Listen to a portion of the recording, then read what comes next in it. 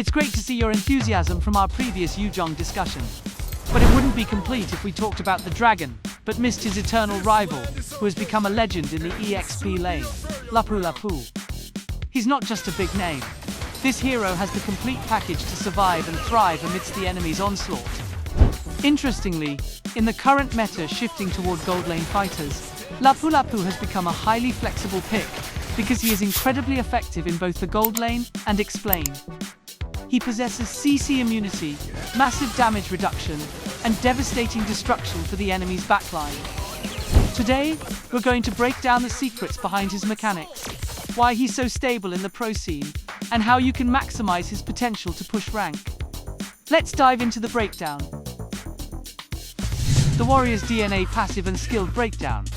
Now, before we get into how to use him, you must understand the heart of his survivability.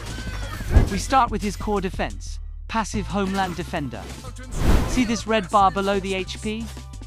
That's Bravery Blessing. This bar fills up every time your skills or basic attacks hit an enemy. Once full, your next basic attack changes drastically. Lapu leaps toward the target, dealing extra damage, and most importantly, gaining a significant shield. This is the key to winning HP trades in the lane from the very first minute. Lapu-Lapu's uniqueness lies in his mode transitions. While in Twin Blade mode, in the normal mode, you have two main tools to control the lane. First is Skill 1, Justice Blades, where Lapu throws two boomerangs that deal damage twice going out and coming back. Here's a pro tip. This skill deals maximum damage if the enemy is hit exactly at the tip where the two blades meet. So, aim precisely for that intersection. Skill 2, Jungle Warrior. Lapu-Lapu dashes in the target direction, dealing physical damage to enemies along the way. This skill gives a short dash crucial for quick repositioning, whether to chase an enemy or dodge their CC skills. But the real monster emerges during his ultimate, Bravest Fighter. When you leap using your ultimate, Lapu-Lapu enters Great Sword mode. Take note, during this leap animation, Lapu-Lapu is immune to all crowd control effects. Once transformed, his skills become destructive. Skill 1, Landshaker. This is your primary crowd control. Lapu-Lapu slams his sword into the ground, dealing a 1-second stun to enemies in the area. Additionally, the skill path provides a 60% slow effect. This combination of slow and stun makes it nearly impossible for enemies to escape your follow-up combos. Skill 2, Storm Sword.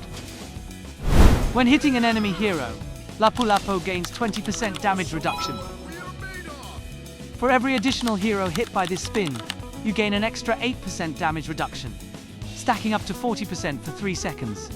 Therefore, the total damage reduction you can achieve is a massive 60%. This is why he is so tanky even when ganked by the whole team. Skill 3, Raging Slash.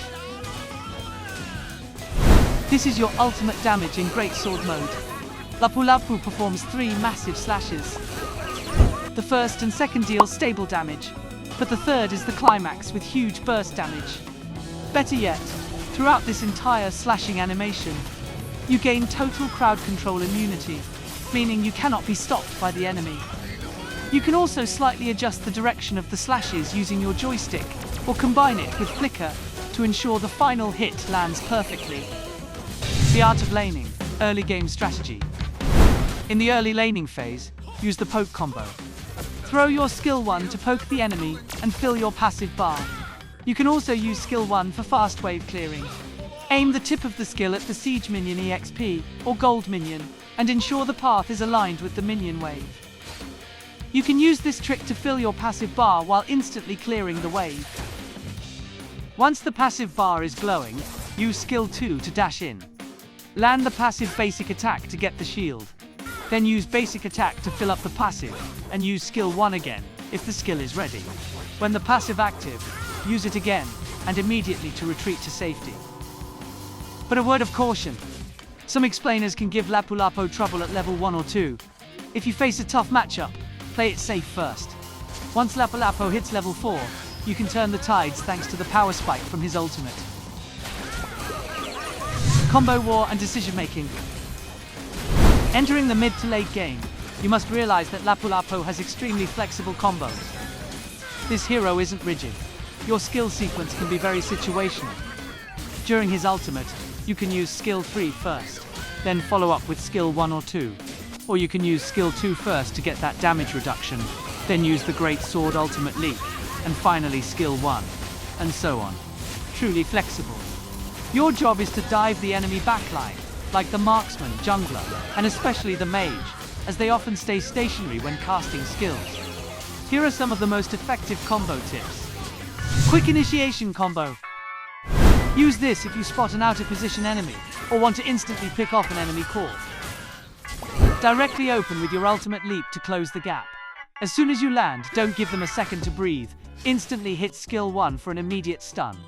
While the enemy is stunned, press skill 2 to ensure you have damage reduction from the start. Then execute them with skill 3 for the closing burst. This combo is lethal, because the skill 1 stun guarantees that all skill 3 slashes will hit the target. Don't forget the flicker techniques. Skill 1 plus flicker.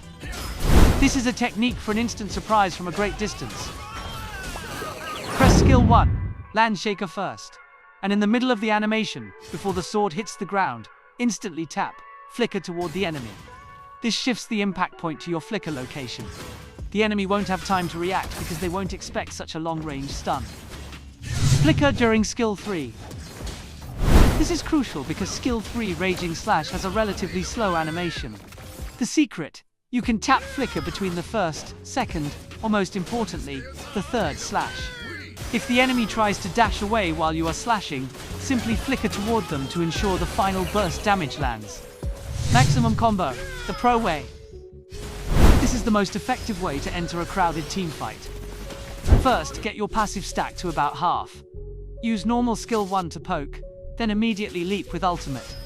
Upon landing, use skill 1 for a mass stun.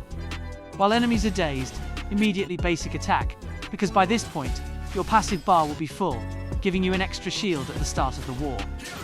After that, press skill 2 to activate maximum damage reduction 60%, then finish with skill 3. Recommendation: build logic and spell. To support your great mechanics with the right attributes, let's break down the itemization. The mandatory item and heart of Lapu-Lapu's damage is War Axe. This item provides spell vamp, HP, and the fighting spirit passive, which grants extra physical attack and true damage, perfect for Lapu's long-duration fights. For boots, choose warrior boots for physical defense, or tough boots if the enemy has a lot of crowd control. Lapu-Lapu has 2 option builds that you can use depends on situation. Option 1, sustainable, meta Explane. After War Axe, build Oracle to boost your passive shield and HP regeneration. Follow up with Queen's Wings for extra damage reduction when your HP is low, and Dominance Ice to cut enemy lifesteal. This build makes you nearly impossible to burst down. Option 2, full anti-burst and more tanky. If the enemy damage is too high, combine War Axe with Anti-Cuirass to dampen enemy physical attacks, and Radiant Armor or Athena's Shield to endure the mage's magic burst. Prioritize the remaining slots for pure defense items like Immortality for a second life in the late game.